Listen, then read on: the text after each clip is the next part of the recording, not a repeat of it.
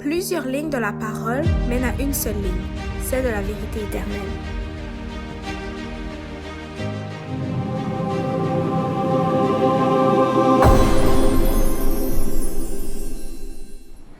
Bonjour à tous et bienvenue dans cette émission Allons à l'école de sabbat. Nous allons voir aujourd'hui dans la leçon numéro 8, Babylone. Nous allons donc parler du chapitre 17 et 18 qui sont des chapitres complexes, mais le fait que nous approchons vers la fin de ce livre nous permet d'encore mieux comprendre en fait ces chapitres. Et de plus, l'ange Gabriel qui a pu parler avec Jean et qui en fait vient révéler les choses à Jean, nous permet par des termes et par des explications claires, de mieux comprendre ce que ce chapitre nous révèle au sujet de Babylone. Je vous prie donc de prendre votre Bible dans Apocalypse 17 et 18, de prendre aussi votre école de sabbat pour que vous puissiez suivre avec moi ce que nous allons lire aujourd'hui. Je vous souhaite donc bonne étude et bonne écoute.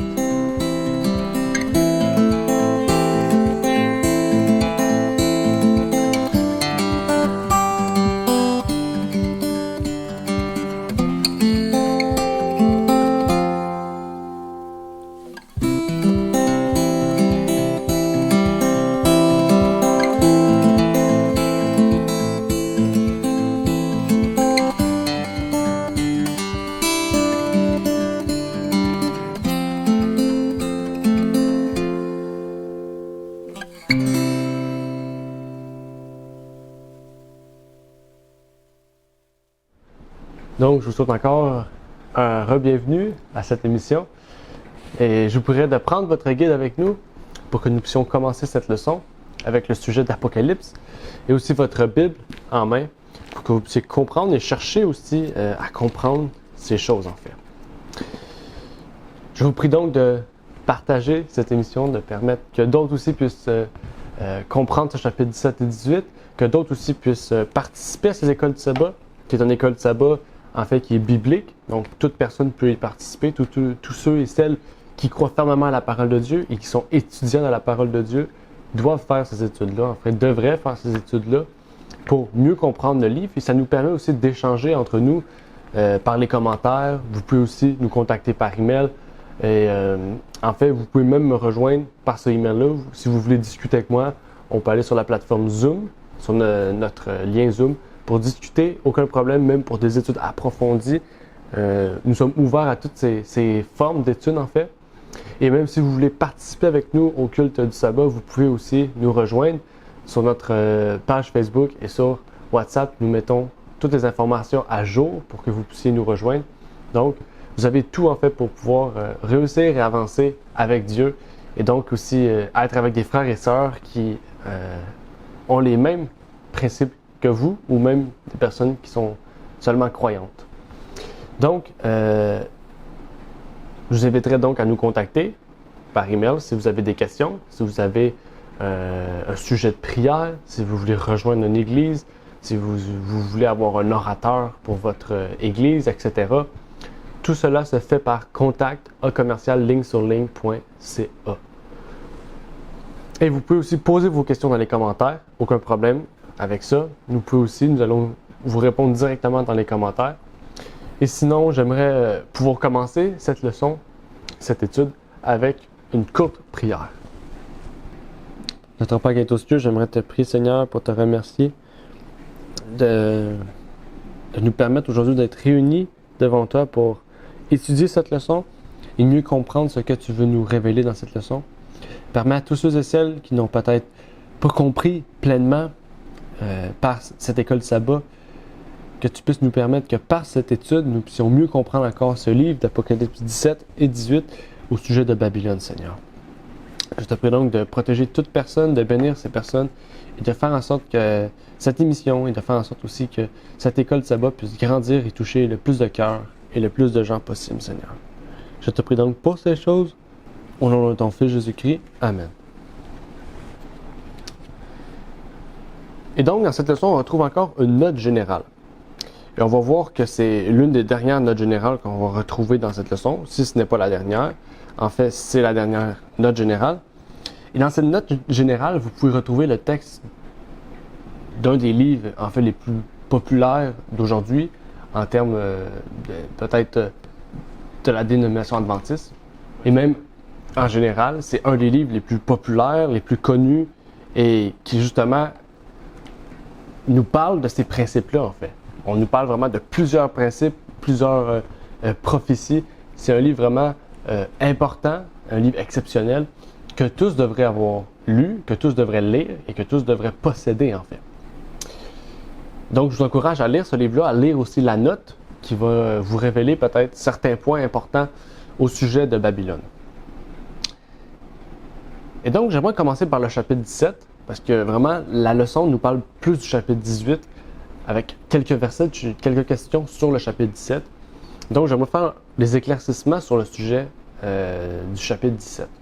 Le chapitre 17 et 18, c'est deux chapitres qui se suivent et qui donc nous permettent de mieux comprendre, en fait.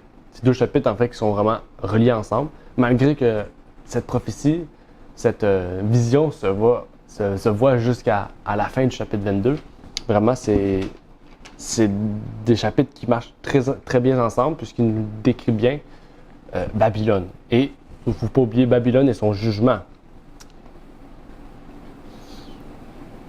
Et donc, on n'aura pas le temps de tout voir, parce qu'il y a beaucoup de choses à voir dans ces deux chapitres-là. Et surtout, le chapitre 18, on nous parle en plus du quatrième ange, qui est l'appel final pour ceux qui sont dans Babylone. Et donc, c'est un appel final qui est très important pour nous et pour tous ceux et celles, en fait, qui sont en ce moment pas sortis de Babylone et qui aimeraient peut-être. Je vous encouragerais à écouter aussi le sermon sur le quatrième ange qui nous décrit bien qu'est-ce que ce message du quatrième ange. Mais débutons avec le chapitre 17 et cette femme. Quand vous ouvrez le chapitre 17, on fait face à une femme, en fait, à une prostituée. Elle est assise sur des grandes eaux, en fait. On la voit aussi en train de forniquer avec des rois de la terre, des gouvernements. Et en fait, la question d'aujourd'hui par rapport à cette femme, c'est qui est cette femme? Elle décrit quoi au juste cette femme? Et en fait, le verset 4 nous décrit cette femme. En fait, de 1 à 5, on décrit vraiment cette femme, et même le verset 6, en fait, décrit cette femme. Et tout le chapitre nous parle de cette femme, mais on parle vraiment des descriptions de cette femme. En fait, au verset 4, on nous décrit qu'elle est vêtue de pourpre, d'écarlate, parée d'or, de pierres précieuses et de perles. Donc, le pourpre et l'écarlate, ce sont des couleurs. Le pourpre étant, on pourrait dire, violet, et le pourpre, c'est peut-être plus pâle que le violet. L'écarlate, c'est le rouge. Et donc, on voit ici des couleurs de la royauté, en fait, qui décrit bien ce que la papauté porte, justement, dans ses messes ou dans tous ses rassemblements généraux. Donc ici, on reconnaît les couleurs de cette papauté, de cette femme, de cette bête. On nous parle ici du fait qu'elle est parée d'or, de pierres précieuses et de perles, qui représentent bien ses richesses, en fait, puisque la papauté, c'est une puissance qui est très riche monétairement. En fait, la parée d'or, de pierres précieuses et de perles représentent bien sa richesse matérielle. On nous parle ici qu'elle a beaucoup de banques, des églises fabuleuses, remplies d'or, en fait. Même les prêtres sont revêtus d'or pur.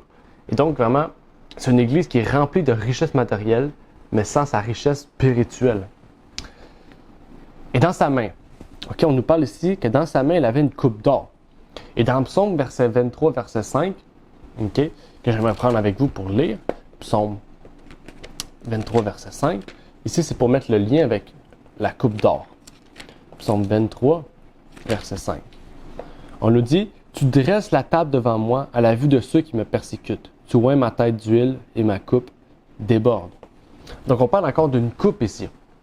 Et la coupe ici, en fait, c'est que Dieu purifie, sanctifie, oint d'huile, oint du Saint-Esprit, ceux qui ont la pureté de doctrine et qui ont une profession de foi, en fait. Donc, on parle ici du côté spirituel, on parle ici du côté théorique. Ceux qui ont la côté théorie, ceux qui ont les doctrines de la Bible, les principes bibliques, et ceux qui ont la profession, le côté extérieur, le côté, en fait, où vraiment les gens nous perçoivent différemment. Et en tant que chrétien, quand on parle pas, en fait, et qu'on voit un chrétien, on serait supposé de voir en lui quelque chose de différemment. Que ce soit par son habit, que ce soit par sa façon de paraître, sa façon d'être. En fait, sans pourtant parler, on devrait être différent. Et quand on parle, ça devrait aussi être différent, en fait. Tout ce qu'on fait d'extérieur devrait être différent de ce qui est du monde, en fait. Et différent, ça ne veut pas dire extrême. Il y a deux extrêmes. Okay? Le monde est dans une extrême, okay? Où que le monde est hyper sexualisé, mais nous, ça ne veut pas dire qu'on est dans une autre extrême et en fait, être habillé de la tête aux pieds et voir seulement les yeux, par exemple. Mais ici, qu'est-ce qui est différent, c'est que dans sa coupe, c'est pas un vin, on pourrait dire, comme du jus de raisin, ou comme le vin qu'on prend dans la Sainte Seine, en fait, qui est un jus de raisin sans fermentation. Mais ici, on dit qu'elle est pleine d'abominations et de souillure de sa prostitution. Et on nous a dit plus haut que, en fait, ils sont enivrés du vin de sa prostitution. Donc, en fait, ces abominations et ces souillures causent quoi? Ils causent l'ivresse, en fait, l'ivresse spirituelle. Ça peut être, et l'ivresse spirituelle, ok, ça touche aussi par la suite l'extérieur. Okay? L'ivresse spirituelle, c'est l'intérieur, et l'intérieur, après ça, se reflète dans l'extérieur. Okay? Ça peut être aussi l'extérieur qui reflète dans l'intérieur, mais le plus souvent, c'est qu'est-ce qu'on fait à l'intérieur de nous, qu'est-ce qu'on croit, qu'est-ce qu'on pense, qu'est-ce qu'on pratique, okay? En fait, se reflète à l'extérieur. Okay? Si je pratique la violence, je vais commettre de la violence. C'est un exemple qui peut être bonne ou mauvaise, mais c'est un bon exemple qui reflète en fait ce que je veux dire par ici. Et on peut prendre l'exemple du vin en général, en fait. Okay? Paul, dans la parole, nous dit quoi? Il recommande à Timothée de prendre du vin. En fait, le vin qu'il prend, ce n'est pas du vin enivrant. Okay? C'est du vin sans alcool. C'est du jus de raisin, en fait. Du jus de raisin pour le ventre, en fait, pour la guérison de l'estomac, de certaines maladies, on pourrait dire, reliées aux intestins, au système gastronomique. En fait, c'est quelque chose de très bon. Mais le vin alcoolisé, en fait, c'est une façon pour Satan de détruire, en fait, le christianisme. Il y a beaucoup de chrétiens en ce moment qui recommandent le vin alcoolisé, qui boivent du vin alcoolisé. Et en fait, du vin alcoolisé, c'est comme une bière alcoolisée, c'est comme, peu importe la boisson ou même la drogue, en fait, c'est quelque chose qui peut créer une dépendance, oui, mais c'est quelque chose qui détruit le corps, en fait. OK? Et en parlant du vin, en hébreu, il y a 3 termes pour exprimer le type de vin. Il y a le yayin en hébreu et oinos en grec, okay, qui sont deux, le mot hébraïque et le mot grec, qui fait référence à toute forme de jus de raisin, qu'il soit fermenté ou non. Et ça, c'est un terme dans la Bible. Donc, il faut savoir à quel moment il est appliqué, à quel moment il n'est pas appliqué. Shekar fait référence à tout autre jus que le raisin, soit fermenté ou non. On peut parler du jus de pomme fermenté. Le jus de pomme fermenté serait shakar. Le jus de pomme normal serait shakar. Et il y a le dernier terme qui est tiroche, qui fait référence au jus de fruits frais avant la fermentation. Donc, le jus qu'on consomme en général dans les moments de Sainte Seine, ou devrais-je dire dans les moments de communion fraternelle. Et donc, le tiroche, c'est le terme qui est le plus appliqué quand on parle du vin positivement. Quand on parle du vin négativement, on utilise le terme yayin le plus souvent. Et le shekar, comme j'ai dit, c'est tout type de vin qui n'est pas relié au raisin. Puisque le raisin, c'est, on pourrait dire le jus de raisin, fermenté ou non, c'est un jus qui est particulièrement important dans le sanctuaire, puisqu'on en parle, et quand on fait les oblations. Okay? Et donc, il faudrait faire une recherche plus poussée, peut-être même une étude annexe par rapport à ce sujet-là. Et donc, je vous conseillerais à prendre votre Bible et de pouvoir rechercher déjà ce que vous voulez rechercher et de pouvoir trouver les conclusions qui nous amèneront vers la vérité, en fait. Mais qu'est-ce qui est intéressant, c'est que la prostituée dans la Bible est assise sur les eaux. Mais quelques instants plus tard, qu'est-ce qui lui est arrivé? Elle est assise sur une bête de couleur écarlate, pleine de noms de blasphème et à 7 têtes et 10 cornes. Et donc ici, on retrouve cette bête d'Apocalypse 13, en fait. Cette tête et 10 cornes. Et plus loin, on va savoir, en fait, pourquoi c'est cette bête d'Apocalypse 13, puisqu'on pourrait parler de ce dragon, en fait. Mais pourquoi c'est cette bête d'Apocalypse 13? Je vais y revenir plus tard. Et qu'est-ce qui est le plus intéressant? Justement, on en a parlé récemment, puisque le mercredi aussi, on a des études approfondies sur le livre de l'Apocalypse, où que maintenant, on fait un partage le mercredi soir de 7h à 8h30, où on discute de certains livres, et en ce moment, on fait le livre de l'Apocalypse depuis maintenant plusieurs semaines. Et on est rendu dans l'Apocalypse 17. Je vous encourage donc d'y participer si vous le désirez. C'est un moment vraiment où on étudie, mais on discute aussi sur peut-être ce que chacun peut penser pour arriver vraiment ensemble en même terme. C'est plus un moment de fraternité, de partage, que vraiment une personne, ou plutôt que c'est un moment où une personne parle. À ce moment-là, dans ces études-là, tout le monde parle, tout le monde dit ce qu'il pense de cet texte-là, et après ça, on arrive à avancer selon la vitesse de chacun. Donc, c'est un moment adéquat pour tous ceux et celles qui veulent fraterniser avec des frères et sœurs, chanter, prier, témoigner et surtout étudier. Mais ici, pour revenir à la question, Jean ici est stupéfait. Okay? Au verset 7, ça dit « Pourquoi es-tu stupéfait? » Je te dirai le mystère de la femme. En fait, Jean est-il stupéfait du mystère ou il est stupéfait de qu'est-ce qu'il voit? En fait, on voit ici, il est stupéfait de qu'est-ce qu'il voit, puisqu'en fait, il n'y a aucune chose que l'ange lui dit, en fait. Oui, l'ange lui dit cette bête, mais en fait, Jean voit cette bête et voit cette femme dessus. Et il est stupéfait ici, premièrement parce qu'il voit une prostituée en haut, et Jean, on n'oublie pas, il comprend déjà certains termes, parce que les termes qu'on retrouve dans le Nouveau Testament, en fait, Jean était au courant de ces termes-là, de ces significations-là. Donc, quand lui, il voit une femme, il sait que ça représente une église. Peut-être pas l'église catholique, parce que l'église catholique n'existait pas à ce moment-là, mais il sait qu'une prostituée représenterait une église apostate, en fait. Et il voit une bête en dessous. Et il a déjà vu des bêtes auparavant. Et donc, il est stupéfait ici de voir qu'une église va dominer sur le pouvoir civil, en fait. Parce qu'à son époque, c'est pas le cas. Et ça va arriver plusieurs années plus tard, centaines d'années plus tard, sous Constantin. Et même sous Constantin, c'était pas totalement le cas. C'est plutôt sous la papauté en 538 que ça va être le cas.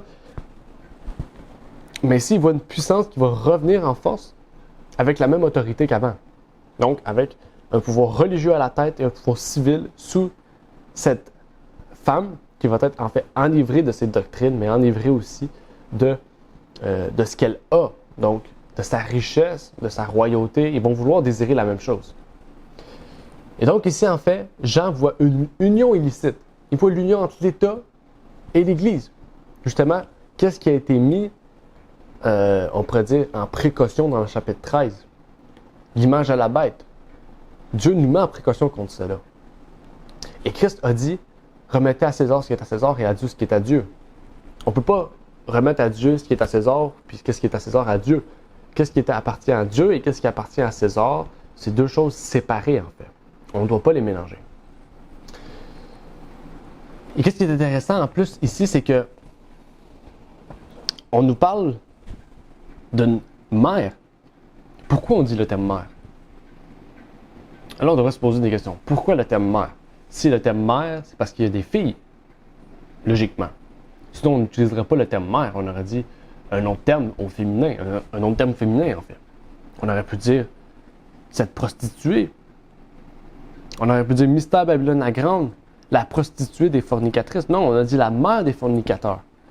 Et dans la version King James, même auparavant, le terme original en fait c'est au féminin, la mère des fornicatrices.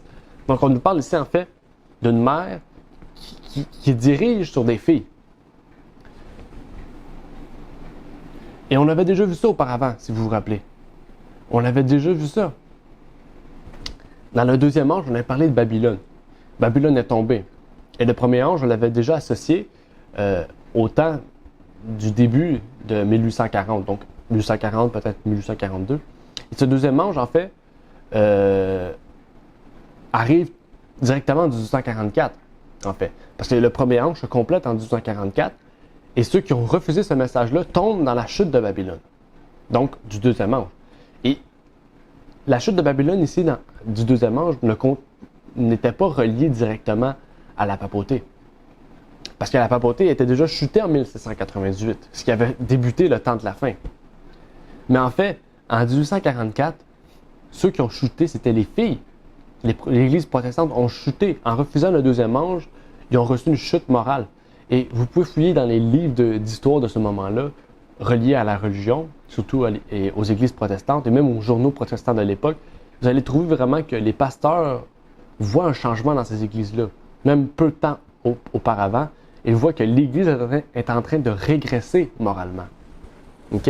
Et En fait, ça touche les États-Unis, puisque dans les années 60, 70 et même 80, on pourrait dire que l'alcool a été légalisé.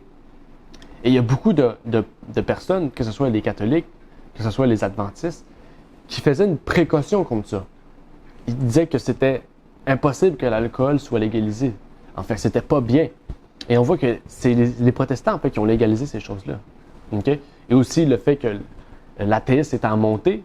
Donc, vraiment, on voit que ces deux choses-là ont fait en sorte que les États-Unis changent, en fait.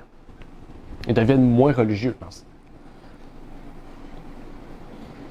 Et j'aimerais lire un texte de Sir White, dans la tragédie des siècles, à la page 413, qui nous dit comme suit: Babylone est appelée la mère des impudiques.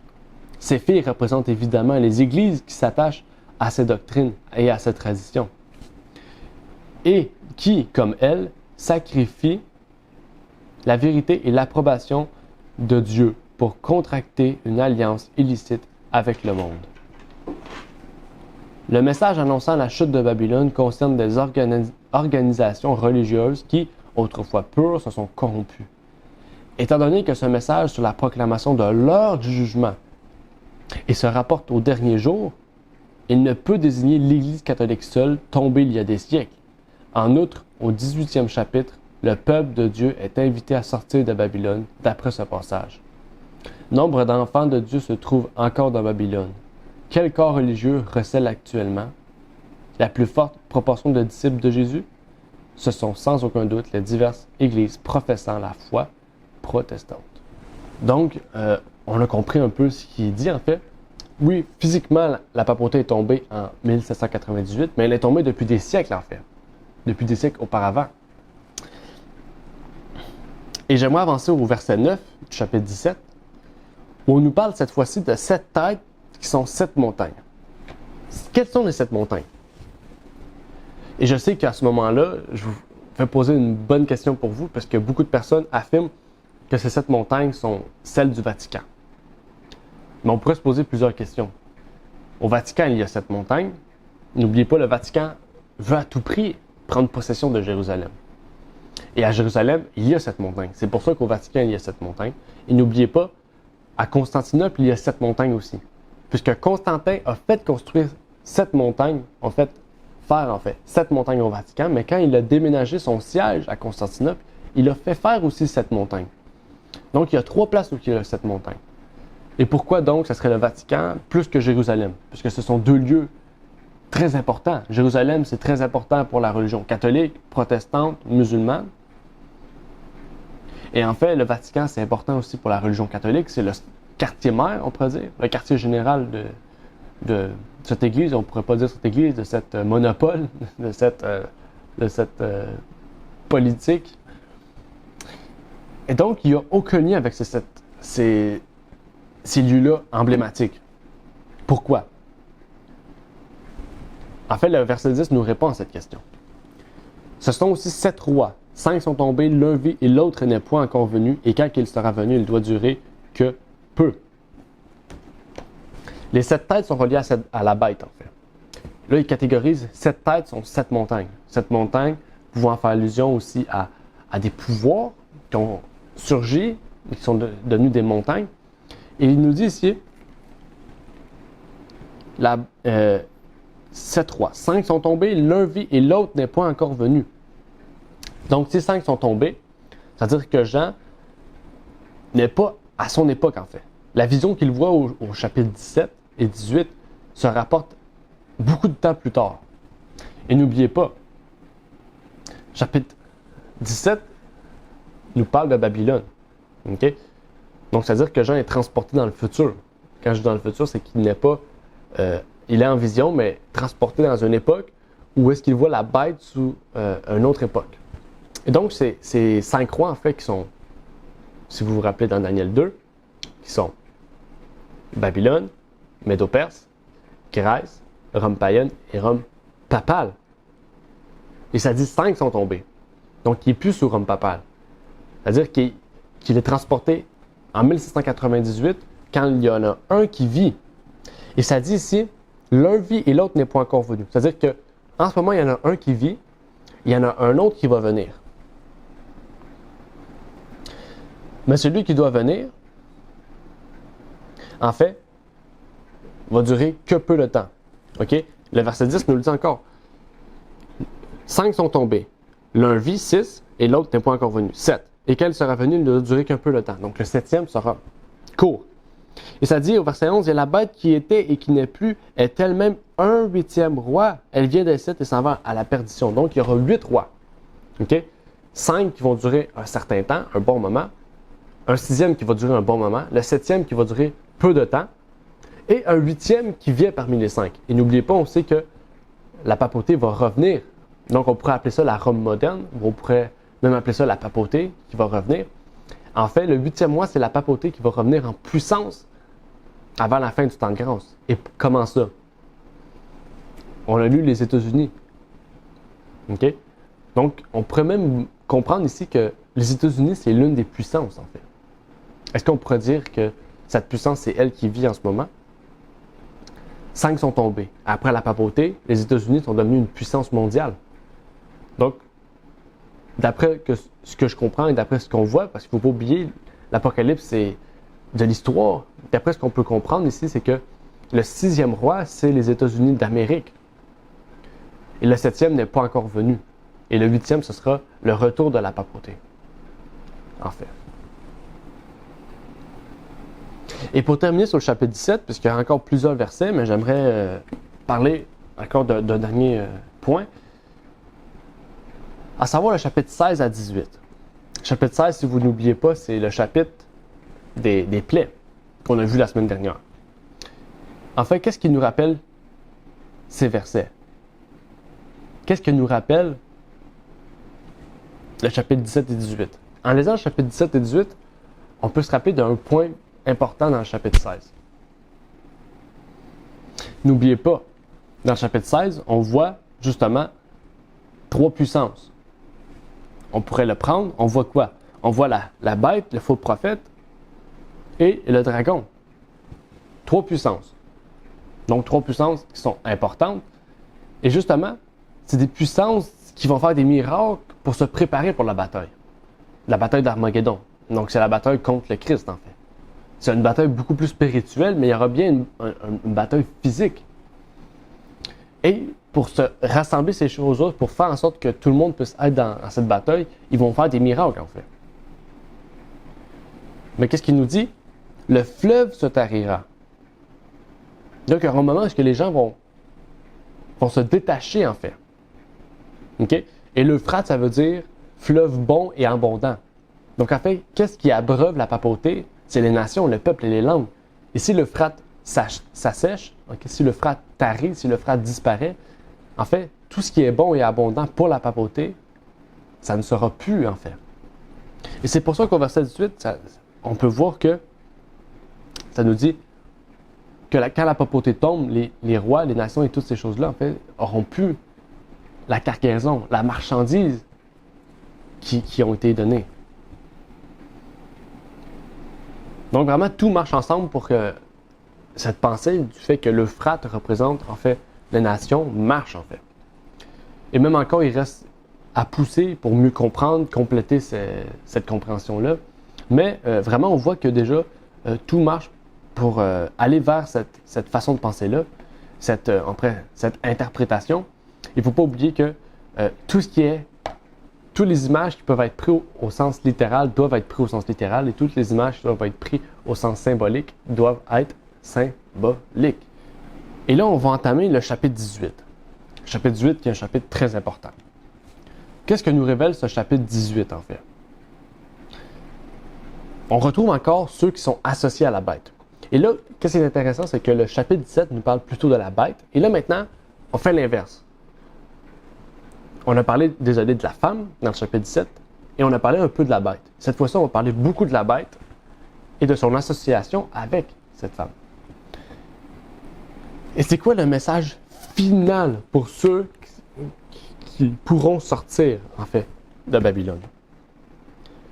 Et qu'est-ce qui est intéressant dans ce message final, qui est du verset 1 à 4, justement, et même jusqu'à 5, 1 à 5, en fait, on retrouve ce 4e ange qui n'est pas un message en soi. C'est un rappel du message du 2e ange. En fait, c'est même un rappel du message des 3 anges, mais on nous dit cette fois-ci que Babylone est tombée. Mais Babylone n'est pas seulement tombée, c'est un repère d'esprit immonde, un repère de démons. Donc en fait, c'est pratiquement devenu Sodome et Gomorrhe. Et Dieu dit qu'elle recevra ce feu purificateur. Cette même mise à terme, ce même jugement que Dieu a donné à Sodome et Gomorrhe, la planète Babylone, ceux qui ont accepté la marque et l'image, recevront le même sort en fait. Et sa chute morale, ici, on nous parle vraiment de sa chute morale. Babylone est tombée à un tel point que des démons vivent dans ces gens-là. Et ça me rappelle justement un témoignage d'une personne qui était, on pourrait dire un satanique, quelqu'un qui travaillait avec Satan, qui œuvrait pour Satan, qui est devenu chrétien et qui disait que ceux qui sont homosexuels, c'est des démons en fait qui rentrent dans ces gens-là. Et donc, Babylone est devenue un repère de démons. Et donc, ça me rappelle en fait cette façon de penser-là, en fait, que oui, un démon, on voit ça, on a vu ça peut-être quand vous étiez jeune ou peut-être même aujourd'hui quand on pense à qu'est-ce que le cinéma nous a apporté ou qu'est-ce que le cinéma apporte comme idée sur les possessions démoniaques. Et on voit des gens qui se lancent partout, des gens qui font des choses extrêmement, on pourrait dire perturbantes. Mais en fait, la possession démoniaque, c'est pas seulement ça, en fait. Et on voit Judas était possédé d'un démon. Mais pourtant, Judas ne faisait pas des choses extrêmes. Il ne faisait pas comme ceux qu'on retrouve dans les guérisons de Jésus. Mais en fait, il y avait une possession démoniaque parce qu'il en voulait à mort à Jésus, en fait. Il avait le démon de Caïn, qu'on peut appeler. Le démon du meurtre. En fait, l'esprit de Caïn. Donc, le démon du meurtre. Et donc, vraiment, je vous prie d'écouter la série de vidéos du séminaire de Pasteur Brelotte qui explique bien qu'est-ce qu'une possession démoniaque, en fait. Et on va voir vraiment que quand il est dit ici que Babylone est un repère d'esprit immonde, un repère de démons, en fait, on voit vraiment qu'on est très près de ce qui est affirmé ici. Et Sir White nous dit, dans la tragédie des siècles, à la page 710, « Tels sont les jugements qui fondent sur Babylone au jour de la colère de Dieu. Elle a comblé la mesure de ses iniquités. Son temps est venu. Elle est mûre pour la destruction. » Donc Dieu attend qu'elle soit mûre pour la détruire. Et quand elle sera mûre, en fait, c'est qu'est-ce qu'il est écrit ici? Quand elle sera un repère de démons, une demeure de démons, de tout oiseau immonde et horrible, en fait, ce sera le moment où elle sera mûre, en fait. Et c'est décevant pour ces gens-là, en fait, qui suivront ces choses-là et qui vont s'apercevoir quand il sera trop tard. Et donc, l'appel du jour que j'aimerais vous faire, en fait, c'est l'appel que Dieu vous fait. Comme il est dit, en fait, dans le chapitre 18, mais vu que ce n'est pas encore le cas pour le moment, c'est plutôt dans le chapitre 14, où il nous a dit « Elle est tombée, Babylone, la grande ville, parce qu'elle a abreuvé toutes les nations du vin de la fureur de son impudicité. » Donc, en fait, Dieu appelle toute personne, en fait chacun d'entre nous, à chacun d'entre ceux qui écouteront, à sortir de Babylone de peur de recevoir ses plaies. Et ça, c'est un message universel, puisqu'en fait, toute la planète aura un choix à prendre. Soit suivre Dieu, soit suivre Satan, soit aller dans Babylone ou rester dans Babylone, dans cette demeure de démons, ou suivre Jésus-Christ et justement sortir de Babylone, sortir de cette prison en fait.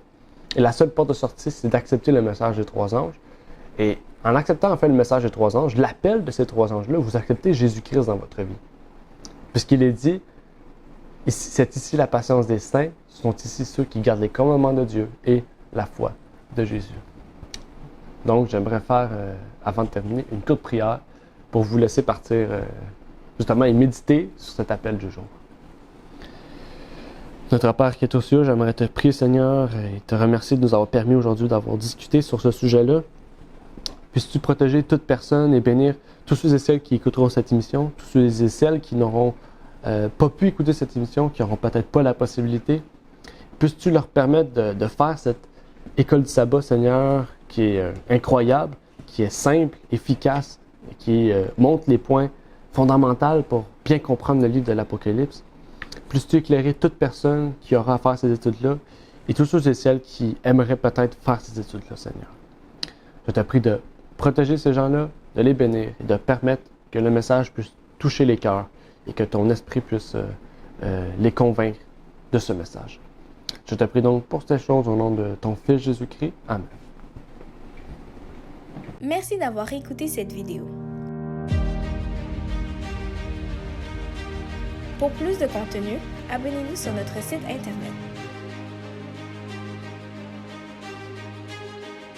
Il est également possible pour vous de nous suivre sur notre page Facebook et de nous contacter par email.